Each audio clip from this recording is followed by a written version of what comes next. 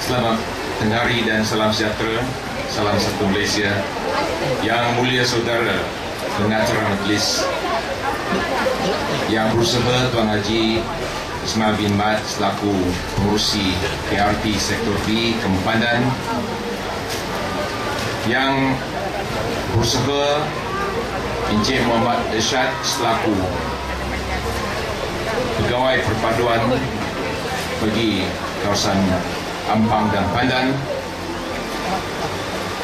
yang kita muliakan Tuan Imam kita Tuan Haji Abdullah Manap,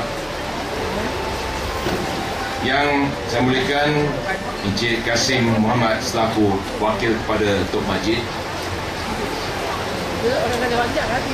pemimpin-pemimpin masyarakat setempat, tuan-tuan dan puan-puan, khasnya warga-warga usia emas kita dari kawasan Pandan, Amnyo dan kawasan dan Kampung Pandan khasnya.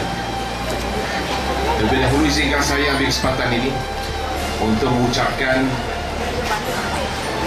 selamat Hari Raya Aidil Adha terlebih dahulu, sebab tak lama lagi kita akan menyambut Hari Raya Haji.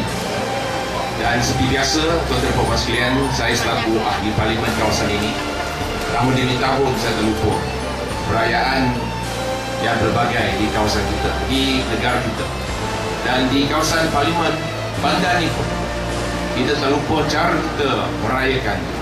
Bukan saja beramai-ramai, bukan saja kita buat semeriah mungkin, tetapi yang penting sekali ianya melibatkan rakyat.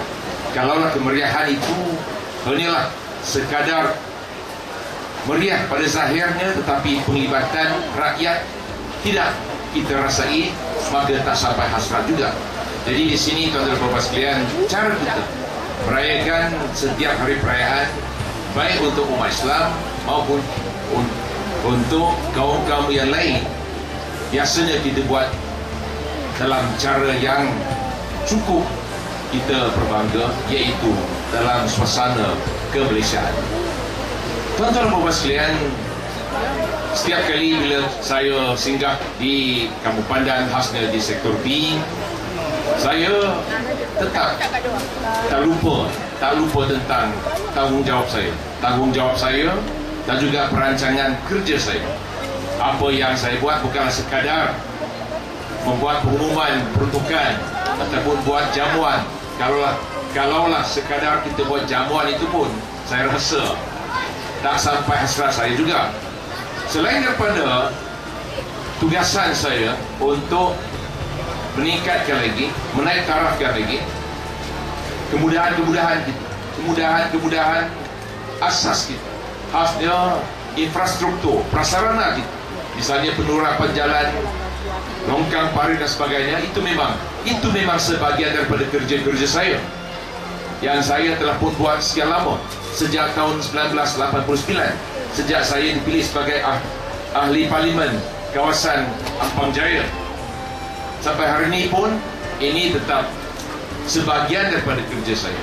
Tapi selain daripada itu, saya tak lupa juga tentang beberapa aspek yang lain, khasnya permasalahan yang dihadapi oleh OKU kita, golongan daif kita, ibu-ibu tunggal kita, dan juga belia dan beliawanis kita.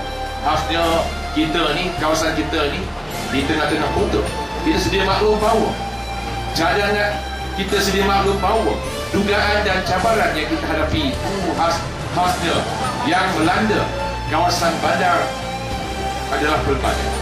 Di bandar pun nampaknya masalah kemiskinan bandar itu tetap satu-satunya cabaran yang saya maksudkan.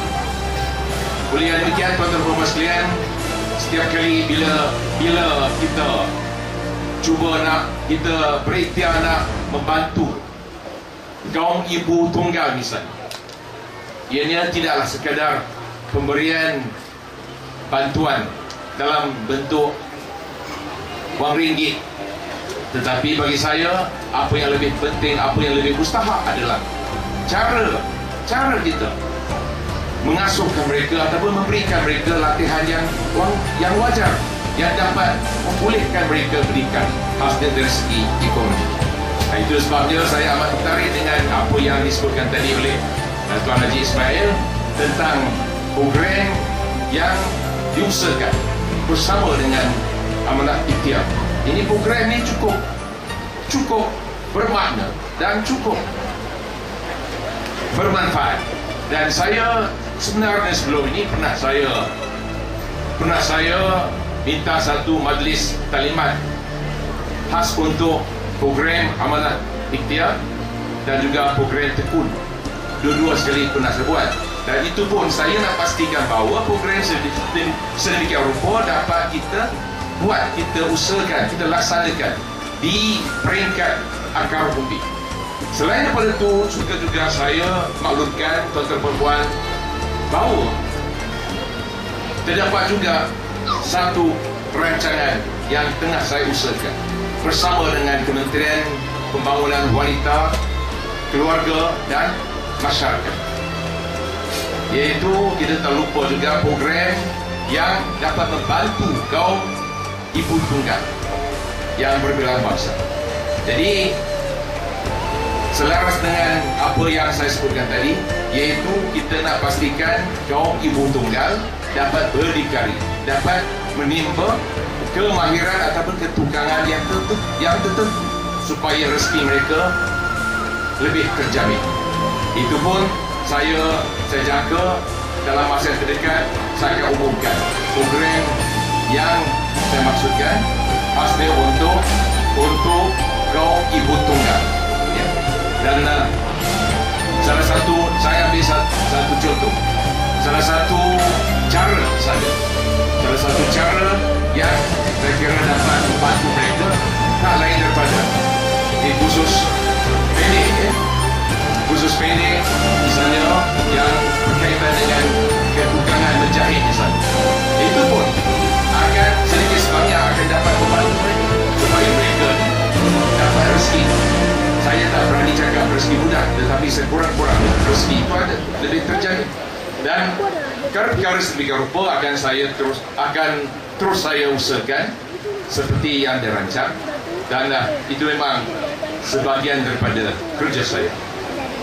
Tuan-tuan dan puan sekalian, saya tak berhajat nak cakap panjang lebar sangat, tetapi apa yang penting itu setiap kali kita berkumpul, setiap kali kita berkumpul, baik bersempena dengan perayaan atau sebaliknya, yang penting kepentingan rakyat yang bergelar bangsa di Malaysia, yang di bumi yang bertuah ini. Kita bukan saja hargai, kita bukan saja hayati, tetapi yang penting sekali kita kenalah berusaha untuk memeliharanya. Baik memeliharanya untuk kepentingan anak cucu kita, cucu cicit kita. Itu yang saya nak tegaskan di sini. Dengan kata-kata ini sekian, terima kasih, dan semoga tuan-tuan dan puan-puan sekalian semuanya hidup bahagia dan kita dapat menjalinkan silaturahim yang lebih erat dari semasa ke semasa. Sekian.